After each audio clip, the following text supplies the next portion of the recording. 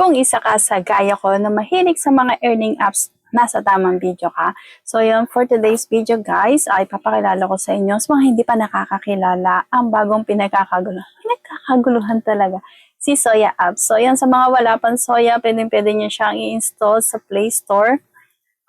Just search Soya and then pagka na-install nyo na siya, pwede na kayong mag-register and then face verification and then once na approve na, pwede na kayong mag-start, mag-live.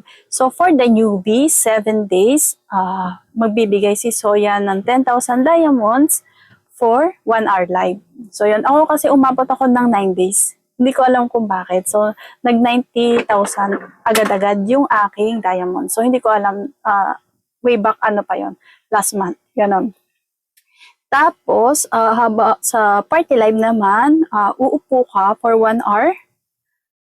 Meron for 1 hour and then makakakuha ka ng 12 EL or exploding light. Yung exploding light na yon, siya yung ititrade mo para maging gold coins. Tapos, yung gold coins naman na yun naman yung ititrade mo para maging diamonds. And yung diamonds naman yung iyong i-withdraw. By the way, once na newbie ka, meron kang 10 EL, parang bonus lang to, 10 EL. Na once sumilip ka sa isang live, meron ka nun, 10 EL. Kinabukasan wala na kasi yun. Ayun. So yung focus ng video natin ito is how to withdraw kay Soya. So yun, sa mga nagtatanong sa akin kung paano nga ba mag-withdraw kay Soya, ito na, papakita ko sa inyo. So ito yung second time na mag-withdraw ko kay Soya. Yung first time na nag-withdraw kay Soya, 2 weeks ago.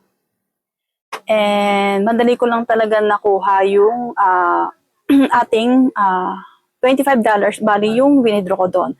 So yun, so hindi agad ako nag-withdraw.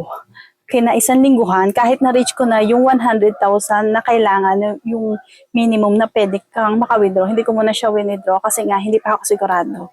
Not sure pa, hindi pa dumadating. Kasi every Tuesday, ang dating ng mga i-withdraw nyo. Kahit paanong araw nyo yan i-withdraw. Halimbawa, nag-withdraw kayo ng Sabado.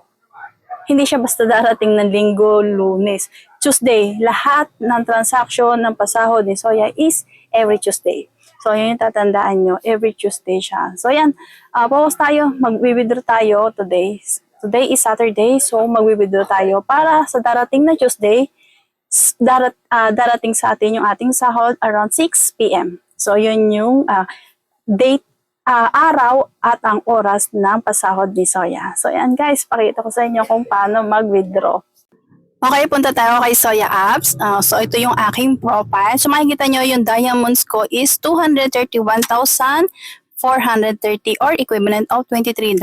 So, exchange ang withdraw, click natin yon and then click the withdraw. Kung mag-withdraw tayo, meron din ma-exchange pero ngayon, mag-withdraw tayo. Click Philippines and then ito yung mga withdrawal options. So, click ko lang yung GCash kasi yun lang ang meron ako. So, yan. Pero kung meron kayong iba, okay lang. Ayan, ito yung ating details. So, yan. Meron na kasi akong details. So, since ito na yung second time na mag-withdraw ko, so, yan, nakalagay na yan. Pero napakadali lang yan. Ganyan-ganyan din ang ilalagay nyo once na first time nyo mag-withdraw. Okay, next step, withdrawal amount. So, lagay natin yung 23. Ilahat na natin yung ating $23 na kinita sa buong, actually, ito ay 10 days. 10 days ko siyang kinita. So, withdrawal successfully. So, once na pinindot nyo yung withdraw, ayan, ang lalabas dyan is insufficient withdrawable balance. Kasi nga, nag-process na siya. So, sa mga nalilito, ganun yun. So, ayan, makikita ninyo, 14 cents na lang yung natira sa aking Dayas. So, yun, makikita nyo yan. And then, yung details natin, yan, nag-minus 230,000 na or $23 na yung ating withdraw. So, yan, expect natin to next Tuesday.